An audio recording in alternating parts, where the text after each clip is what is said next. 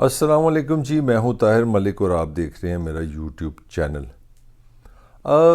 एक अजीब ही सूरत हाल बन गई है हमारे यहाँ। लड़ाई झगड़ा सियासत, किस किस्म की सियासत है मेरी समझ से बाहर है। एक मुल्क है, दुनिया का पांचवा बड़ा आबादी का मुल्क, एक एटमी जिसके पास कुव्वत है, जिसके पास छठी बड़ी फ़ौज है, उसका एक साबक वज़ीर आज़म जो एक इंतहाई मकबूल पॉलिटिकल लीडर है, वो साबक सदर पाकिस्तान जो स्टेट का हेड है, उस पर इल्ज़ाम लगा रहा है कि इसने पैसे दे दिए हैं एक ग्रुप को, एक मजहबी ग्रुप को, कि मुझे कत्ल किया जाए। और साथ ये भी कह दिया कि इस मुल्क की जो एजेंसी हैं उसमें वहाँ पे उसके सहूलतकार भी मौजूद हैं।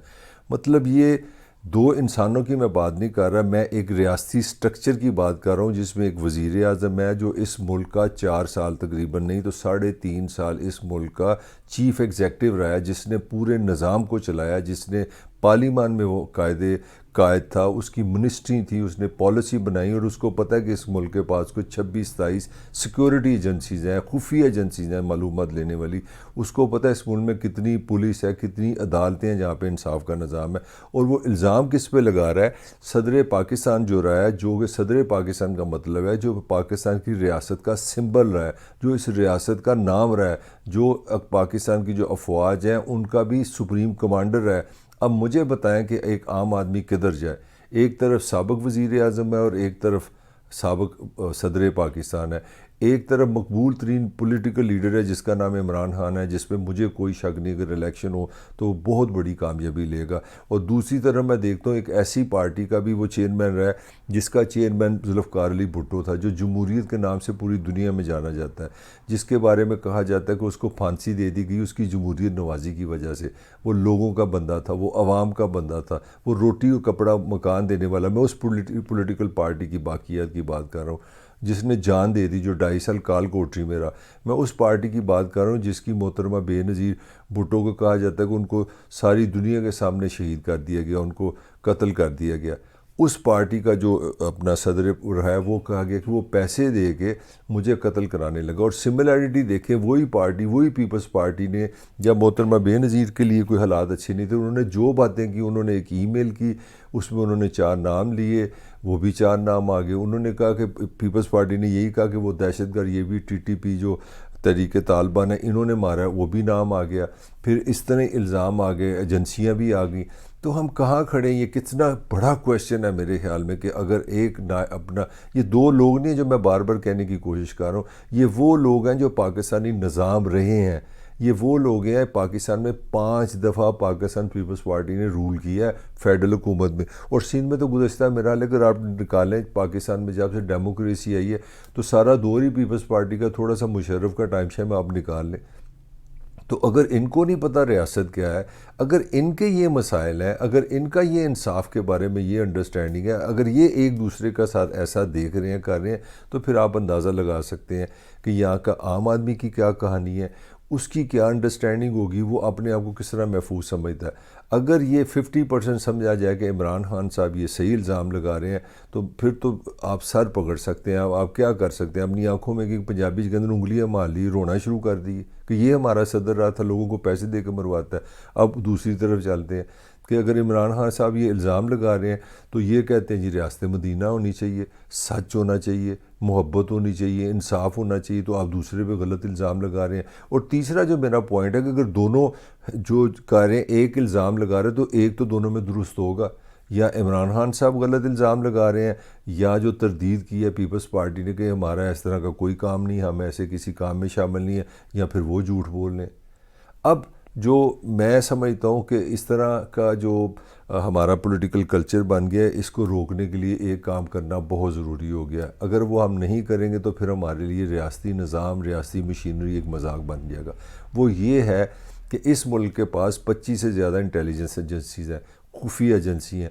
इस मुल्क के अगर 4 सूबे हैं तो वहाँ पे 4 किस्म की पुलिस है। अगर आज़ाद कश्मीर है तो आज़ाद कश्मीर पुलिस भी है, गिलगित बल्तिस्तान की भी पुलिस है। इस मुल्क में IB है, इस मुल्क में ISI है, इस मुल्क में MI है, इसमें स्पेशल ब्रांच है। एक ना ख़त्म होने वाली खुफिया एजेंसियों का सिलसिला है। ये सारे मुलाजम हैं, सारे मेरे भाई हैं, ये सारे पाकिस्तानी, ये सारे मुल्क के लिए इकट्ठे हुए हैं। तो इतने बड़े निज़ाम के पास जो अरबों रुपए से चलता है, अगर वो एक इल्ज़ाम साबित नहीं कर सकता न्यूट्रली कि दोनों में से सही कौन है, ना, तो फिर तो मेरा हाल है हमारे लिए इससे बड़ा और क्या लम्हा फ़िक्री होगा, हमारे लिए इससे बड़ी और क्या फ़िक्र की बात होगी कि इस मुल्क में कोई चीज़ बाहर ही नहीं आती। आज तक हमें पता ही नहीं चलता कि होता क्या है। अभी तक हमें पता नहीं चला, कोई साइंटिफिकली किसी सरकारी इदारे ने कभी हमें ये नहीं बताया कि 1948 में पाकिस्तान के वज़ीर आज़म लियाकत अली ख़ान को किसने मारा, किसने मरवाया, किसने पैसे दिए। वो मिस्ट्री की मिस्ट्री वही है। किसी ने ये हमें नहीं बताया कि कायदे आज़म जब उनको लास्ट डेज़ में जब बीमार हुए तो पता चला उनको एम्बुलेंस भी नहीं मिली, उसमें पेट्रोल ही नहीं था। वो कहते हैं वो भी मर्डर था। वो भी किसने किया, क्यों किया, किसने, उसका भी कोई जवाब नहीं। आज तक हमें ये नहीं पता चल सका कि 1965 की वॉर हमने शुरू की कि इंडिया ने शुरू की। वही का वही क्लेम है। आज तक ये भी नहीं पता लगा कि जुल्फ़िकार अली भुट्टो का मर्डर असली था, उसका मर्डर था कि उसको अदालत ने सज़ा दी। वो भी एक डिबेट है।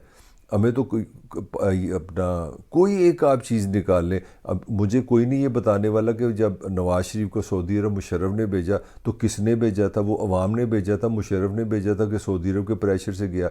मुझे ये भी किसी ने नहीं बताया कि नवाज़ शरीफ को सऊदी अरब से वापस किसके हुक्म पे आया। मुझे ये भी नहीं पता बेनज़ीर कब पाकिस्तान से जिला वतन होगी और किस दिन किसने उसको इजाज़त दी कि वो 2007 में पाकिस्तान वापस आ जाए और आते वो शहीद भी हो गई। फिर मुझे ये भी नहीं पता बेनज़ीर को किसने मरवाया। कोई एक बात आपसे करूँ, एक कोई क्वेश्चन है इस कौम के पास, आपका एक भी इलेक्शन नहीं है जिस पे आप कह सकें कि ये इलेक्शन फेयर हुए हैं। नवाज शरीफ जब जीता वो कहता है जरदारी ने सारी धांधली की है, जरदारी आता है वो कहता है नवाज शरीफ ने फ्रॉड किया। अब ये दोनों इकट्ठे हो गए कहते हैं इमरान खान इस्टेब्लिशमेंट से मिलकर हुकूमत लेता है। अब इमरान खान कहता है मुझे बारी नहीं देते। तो मैं जो सारा पॉइंट कहना चाह रहा हूँ, किसी भी सोसाइटी, किसी भी स्टेट, किसी भी माशरे को हेल्दी रहने के लिए ज़रूरी है कि वहाँ पे इल्ज़ाम लगते हैं। ये इंसानी माशरा, इंसान ऐसे एक दूसरे से करते हैं। मैं भी कर सकता हूँ, आप भी कर सकते हैं। मगर पॉइंट ये है कि रियासती इदारे इतने ताकतवर होते हैं, इतने न्यूट्रल होते हैं, इतने वेल इक्विप्ड होते हैं कि वो सच ढूंढ लेते हैं, वो हकीकत बाहर ले आते हैं। ताकि ये बहस नहीं होनी चाहिए कि हुआ क्या। पाकिस्तान का सबसे बड़ा डिलेमा यही है जो मैं समझता हूँ पॉलिटिकली फ्रंट पे। 75 ईयर्स में यहाँ पे अंबार लगे हैं, हज़ारों सैकड़ों लाखों वाक़यात हैं, मगर हर वाक़यात अपनी अपनी जगह पे खड़ा है, अपनी अपनी पोजीशन है। अब अनफॉर्चुनेटली जो जिस तरह इकॉनमी पे भी यही मसला हुआ है, जो पीटीए के आशिक हैं वो सारे कहते हैं कि जी ये नवाज शरीफ चोर है, जरदारी चोर है, ये लूट के खा गया पाकिस्तान।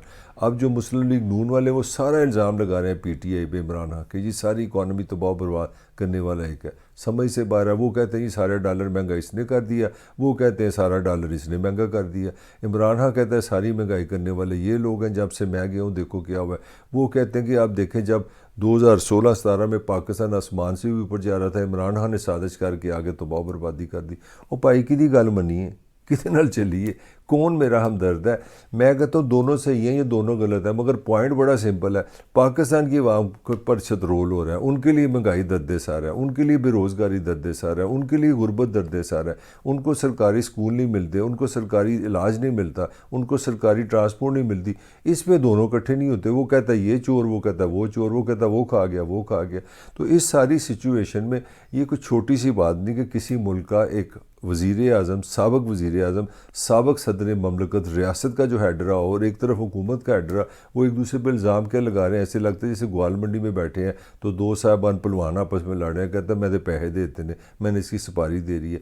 तो मेरा हाल है ये रियासी मशीनरी के लिए बहुत संजीदा क्वेश्चन है कि ये सच बाहर आना चाहिए कि क्या ये इल्ज़ाम गलत है या सही है। ये इसका फ़ैसला अगर ना हुआ तो पाकिस्तान में लोगों का सियासत पे, हुक्मरानों पे और हुकूमत पे जो ईमान है, ट्रस्ट है, वो बिल्कुल ही ख़त्म हो जाएगा। इसके साथ ताहिर मलिक को इजाज़त दीजिए, आपसे फिर मुलाकात होगी।